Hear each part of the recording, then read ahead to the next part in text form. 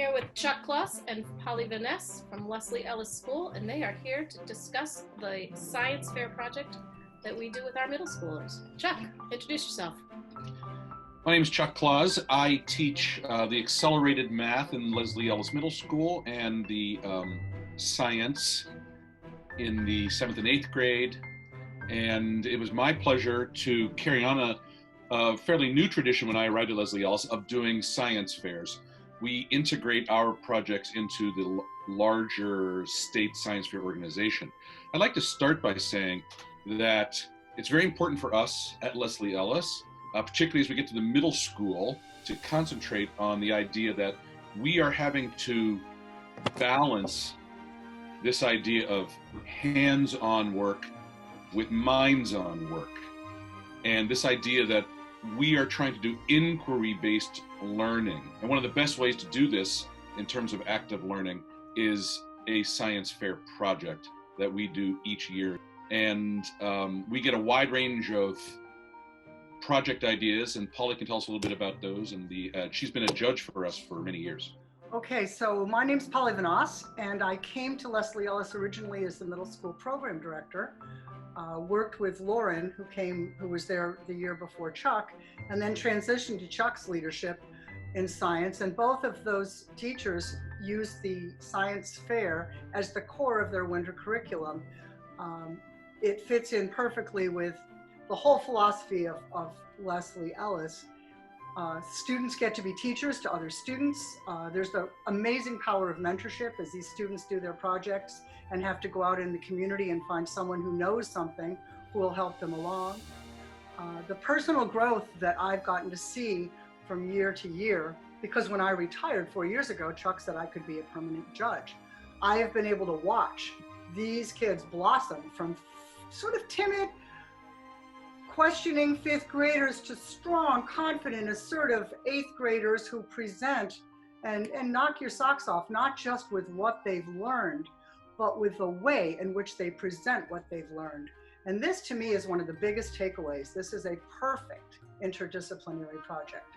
The students are not just doing a scientific investigation or an engineering design model, but they are writing about it, they are researching it, they are creating a beautiful poster to present what they've learned, they're designing, and they have to learn to speak clearly, to present with passion what they've spent this time doing. And to see the personal growth is just, it's mind-blowing. So, indeed. A short bit about the process actually that we do to prepare the kids. What's very important is that we don't assign topics to them. We ask them early in September to start thinking about what grabs their attention, what do they observe, what questions can they ask about what they experience around them in everyday life, and to let those percolate inside them through the fall. We then have them present several ideas to us, and we actually help them to navigate through the best choice that can both be done with the resources they have and the time they have. They have to do some background research on this in order for them to form some kind of hypothesis if they're in the scientific method model, or what they want to grapple with, improve, or create if they're in the engineering design model. And then they move forward with just us being consultants, but primarily they're really on their own.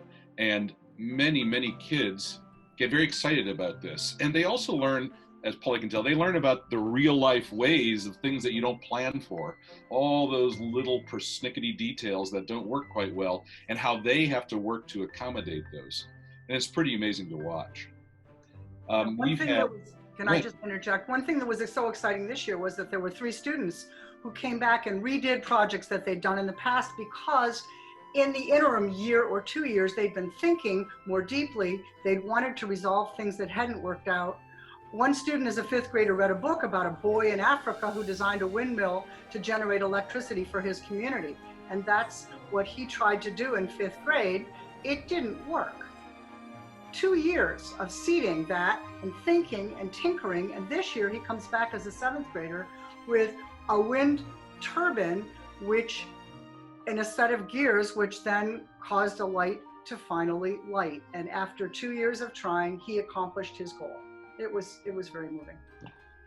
It was. I mean, some of the projects are quite serious in their purpose.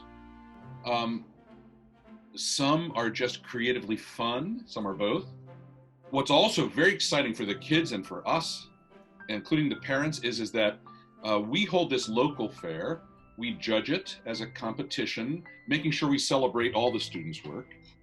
And then we select people to go on to the regional fairs. There are 6 regions in Massachusetts where schools gather from the region, and a new, different set of independent judges judge those students. And then there's finally a state fair from the winners of all the 6 regions, the upper winners, go on to the state fair. And we've had the great pleasure of having students from the 6th grade all the way through the 8th grade make it all the way to the states. And last year we had our first place finisher in the state science fair. I was very excited. And what's exciting is Polly was talking about this student. She began in 5th grade with some sort of project about hair gel products, because that's what she was interested in. And we don't squelch those too much, particularly the younger kids. If this is what you're interested in, we can find a way to investigate it. It wasn't particularly sciencey or impressive, but it worked all the way to she's the first place winner, where she is building a model of some kind of configuration and equipment that can sustain oceanic oil spills.